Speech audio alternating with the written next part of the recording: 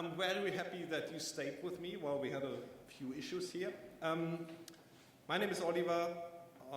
I go by the name of DJ Korthose, which is funny if you speak German and not funny if you don't speak German. So probably not funny. What is this about? So I brought a sample use case today. This is about airlines and comparing airlines. Probably that's not your problem. Probably you don't compare airlines. But it might be similar to something you have, and you will see why in a minute. So what do you see in this image? So on the y-axis, you see the number of passengers in million. That means 200 million passengers are up here, and those are the names of the airlines. This one is Delta, this is United, this is United, this is American Airlines. So you see the large American airlines are pinkish in the top left. And now the small American airlines are down here. This is Alaskan and this is Hawaiian Airlines. I think not so many passengers. So here in the middle are the major European airlines. There's KLM somewhere here, there's Air France, they overlap a bit. There's British Airways, there's Lufthansa. And the green ones, FR is Ryanair, surprisingly, and U2 is EasyJet. So those are the low-cost European airlines. And then down here, you have the small European airlines. This is Baltic Airline from Riga, I think. This is Scandinavian, this is Portuguese, and this is small German airline. And this is an outlier. This is actually Aeroflot, like the Russian airline. And what I did is very simple. I did run some clustering algorithms on those. It's in 2 dimensions. Each color indicates something belongs to the same cluster, and the black point means it's an outlier. So Aeroflot is an outlier. And this seems simple enough, right? So the clustering has been done using dbScan, not too complicated. So what's the talk about, right? I mean, why is it interesting? So first of all, why would you even do that? What would be the motivation to do something like this? So you would do this to explore. So you show this to people, or you show this to an algorithm to see what is similar and what is an exception. You probably don't have that use case, but maybe many times people have use cases for this, they just don't know yet. So isn't that easy? The first dimension is just the number of passengers, and I literally looked this up on the internet. So I went to Wikipedia, looked for the number of passengers. But the second dimension, it's similarity of airlines based on the routes that they fly. And that's more tricky, right? I mean, how would you specify a route? Could you do PCA on that? Probably not. So that's the trick thing. So this is where new networks come in. And I usually do something using TensorFlow, TensorFlow 2 as well. That's why I'm very happy that Paige gave the introduction. Very nice one. Network's actually flexible enough to help. One of my bad habits is to do bad drawings. This is my bad drawing for this. So if you define a network, you at least need an input. And what you do, if you want to solve a problem like this as the input, you use as the input what you try to compress to a single dimension. So that's what we're after. We have something like an airline, and we want to express it in a way that it's low dimensional and that that similar numbers mean similarity. So what I put in is just the airline. And I encode it as a number, it doesn't matter. Now, the output, I use whatever I have that defines the semantics.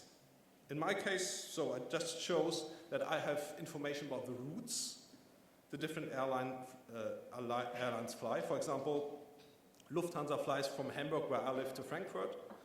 That is one route. And then Delta flies from St. Louis to Austin, and then maybe also from San Francisco to Los Angeles. So that means the output layer more or less is something that needs to be recurrent, because I have to predict a sequence of things.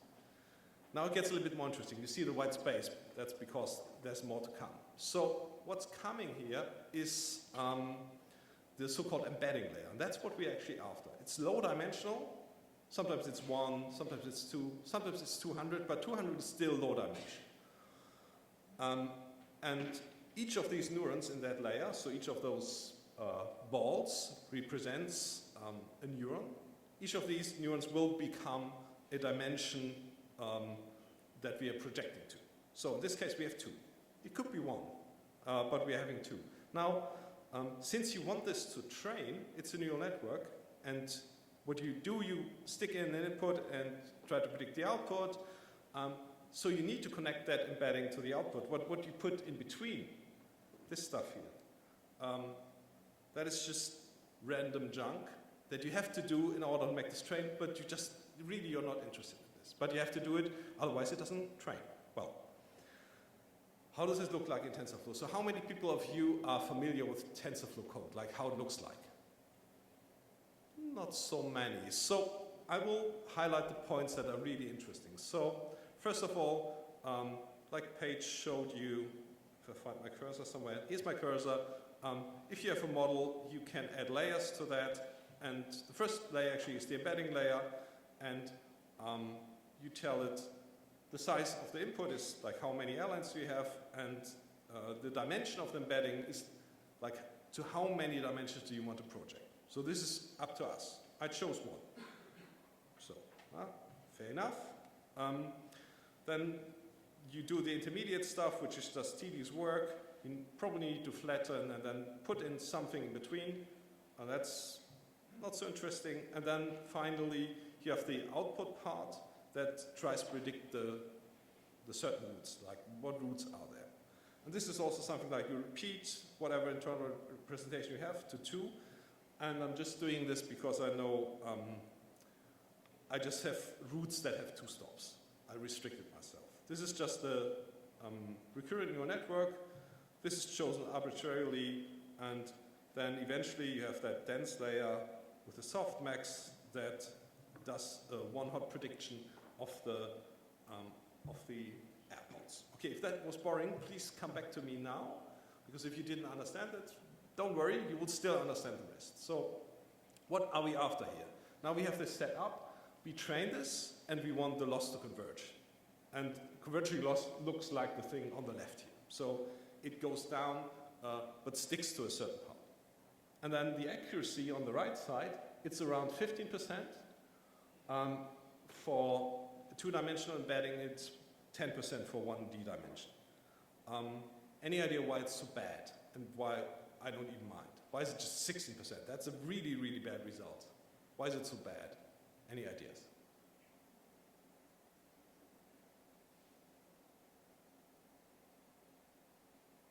Maybe there are ideas, but just try to activate your brains, so maybe that worked. So it's so bad because I'm predicting from just the airline the single route it is flying, and there is no single route. So even if I'm stuck in Lufthansa, probably one of the most frequent routes would be Frankfurt to Munich, I would guess. But this would just make up maybe 10 to 15%, and that's what you're seeing here. So it's trying to predict something, and I'm very mean to the network because it's impossible for it to solve it. There's no way of solving it. It's really mean. And then on top of that, I restrict this embedding part to something very narrow. I also introduce a bottleneck. So it's an extremely hard thing for the network to solve. That's really mean in a way. So, but first of all, maybe you are familiar with this, maybe not. How do we even compute the loss that went down? This is not exactly the same example, but I still put in the image because, I don't know, I thought it was fun. So what you do to compute the loss, you stick in the input. In this case, it's a little bit different, it doesn't matter, but you know the output. So I stick in Lufthansa, and then on the other side, Hamburg to Frankfurt. That's the true known output, and then the network predicts something, and then you compare that stuff, you sum it up. The way you compare depends on the loss function, and then once you did this, gradient descent will kick in and tweak the parameters in a way that this loss goes down, hopefully. Or doesn't, then, well, not good.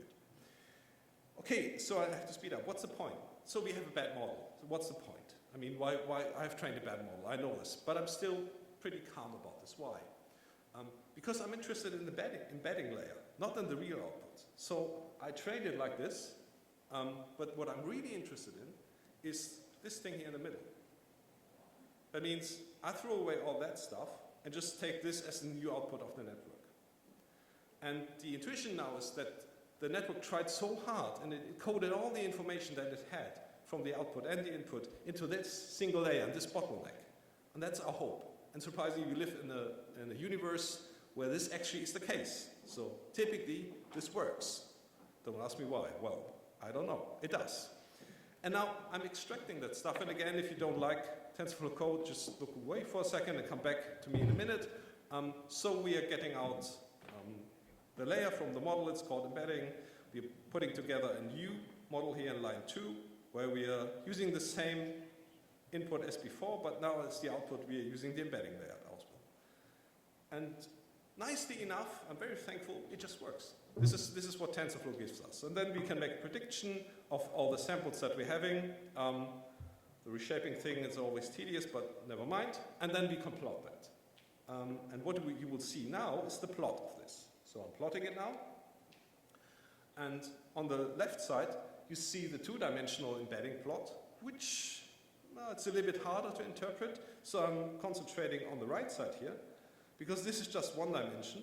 And proximity, hopefully, means semantic proximity. And as it turns out, it's not so bad. So again, on this spot here, you have the small American airlines, large American airlines. And this is similarity by routes that they are flying. KLM and Air France, I think they're merged. It's almost the same routes. And then the big European ones, and also like a smaller one. And then those two are still mixed up, like the small ones and the low cost. And actually, Aeroflot is it flies very different routes. That was something like my check, if it actually makes sense.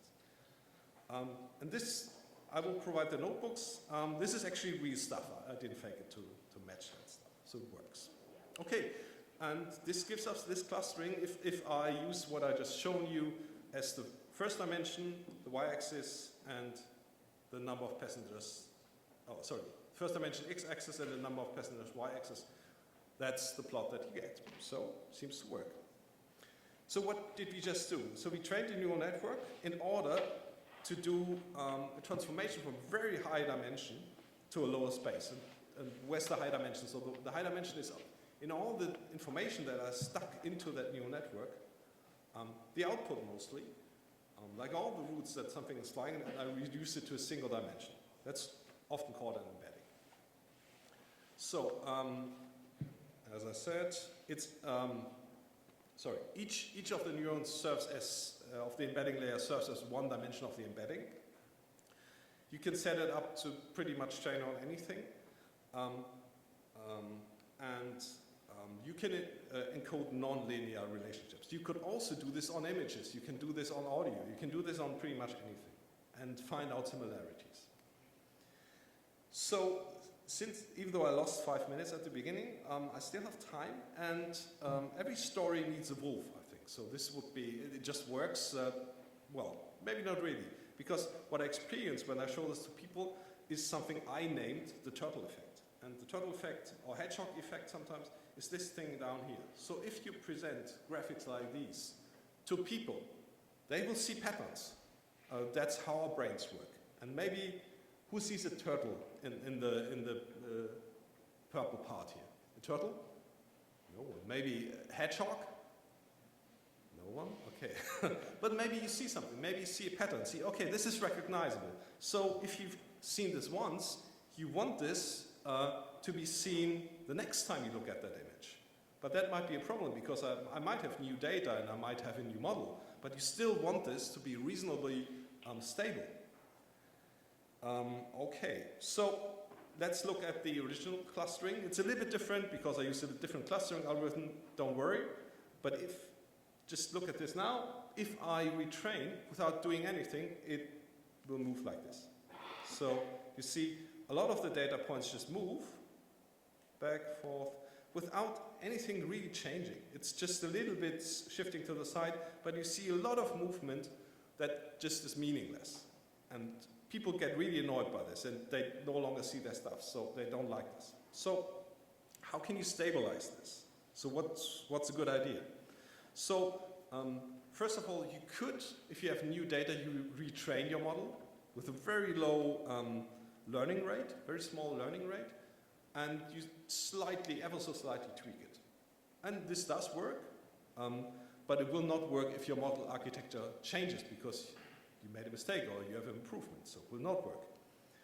Or you can force the new model to match your original embedding as well as possible, which is, I don't know, more brutal, but it will also work if your model changes. It will actually work under more or less all circumstances, unless you decide to change something on your embedding, make it larger or, I don't know, smaller. Then it will not work anymore. But it should work. But how do we do this? So, going back to our initial neural network sketch here, you remember we had this one loss. That's just the typical loss, the output layer. But there's no reason a neural network just has one output head. It could have as many as you want. So you can not only have one loss, but you can have another loss.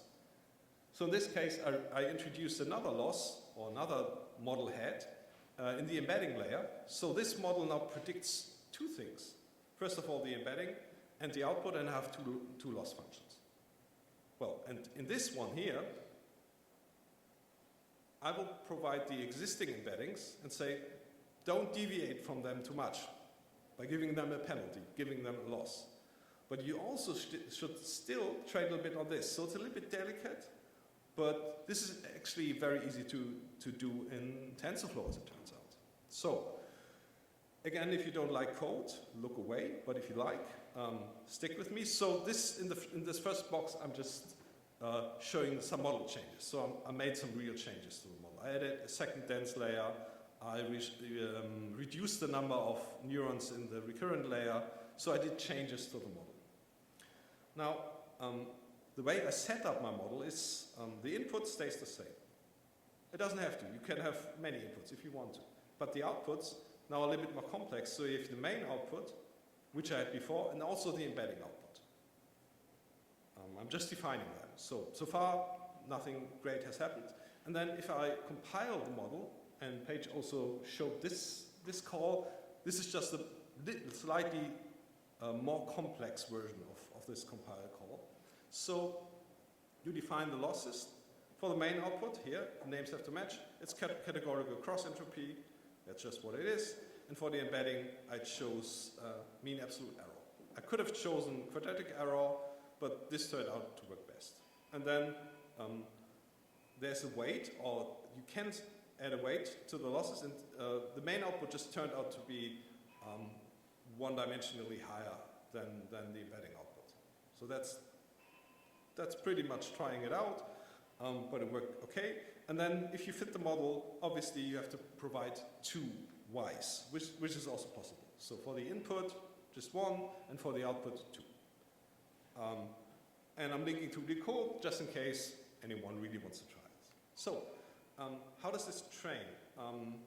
Now you have a lot of curves, which might be good. For the loss, you have three curves. The main output, the main loss, the embedded loss, and the combined loss. And you still see, it looks a little bit junky, but it still converges.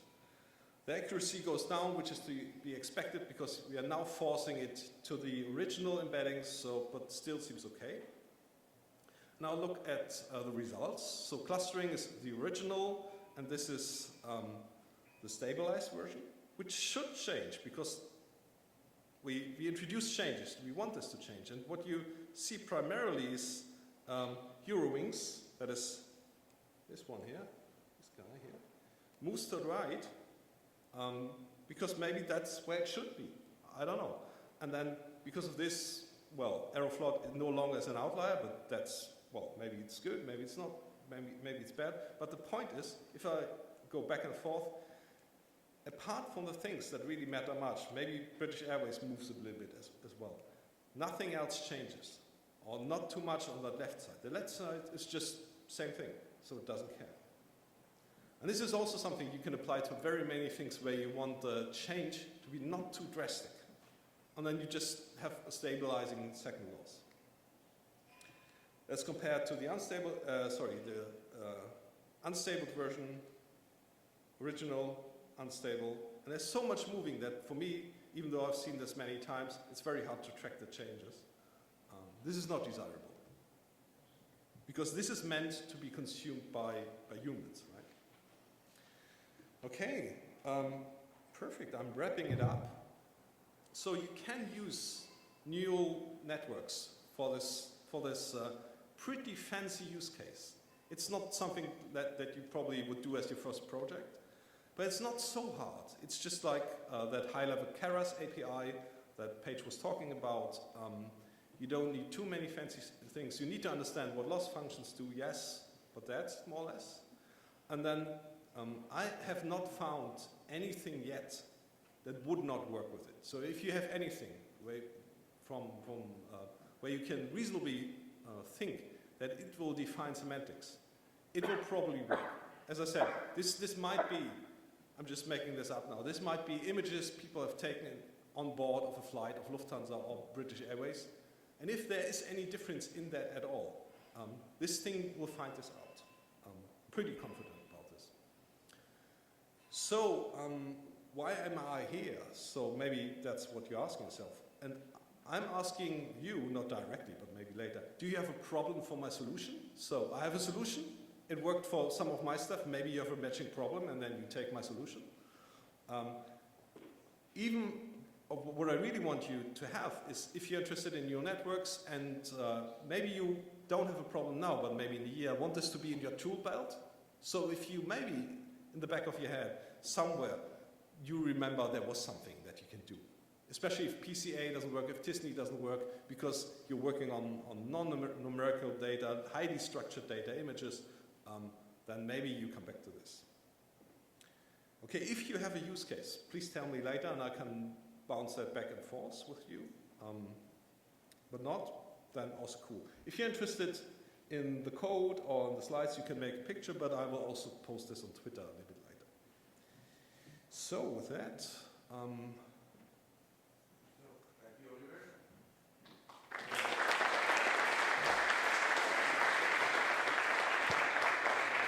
we have 3 minutes left for questions. Anyone? Yeah.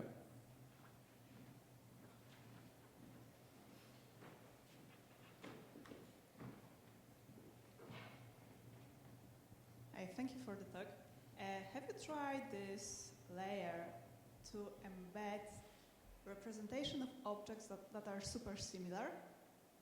Like, for example, to distinguish this chair from this chair. oh, great idea. So super similar, I mean like very, very similar? Yes, very, very similar. I have not tried this, but if you do this, please tell me what are the results, and I'm pretty sure it will find something out. As long as there is something, I mean, or put it the other way around. If we would be able to do that, maybe I'm not, then the machine will also be able. If you're not, then maybe it works. So I guess you don't have chairs you want to compare, but something else. Maybe talk to me later. Maybe we will find something. Okay, thank you. Thank you. More questions? More questions? Sorry. Still have time? Yeah. In the case of images, you would have to first somehow extract features per every image. So you would use some convolutional net to extract the features and then put it in all this, right?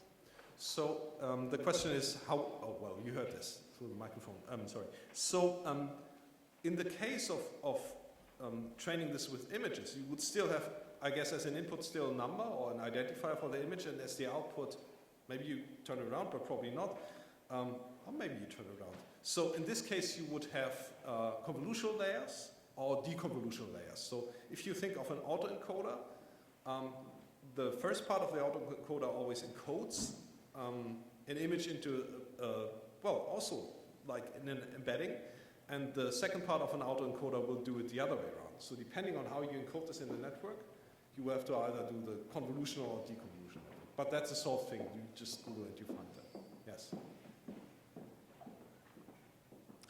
Okay, we have still 1 minute. One quick question. No? No worries. I'll stick around the whole day, so maybe you have something for me. Okay, so let's thank the speaker again.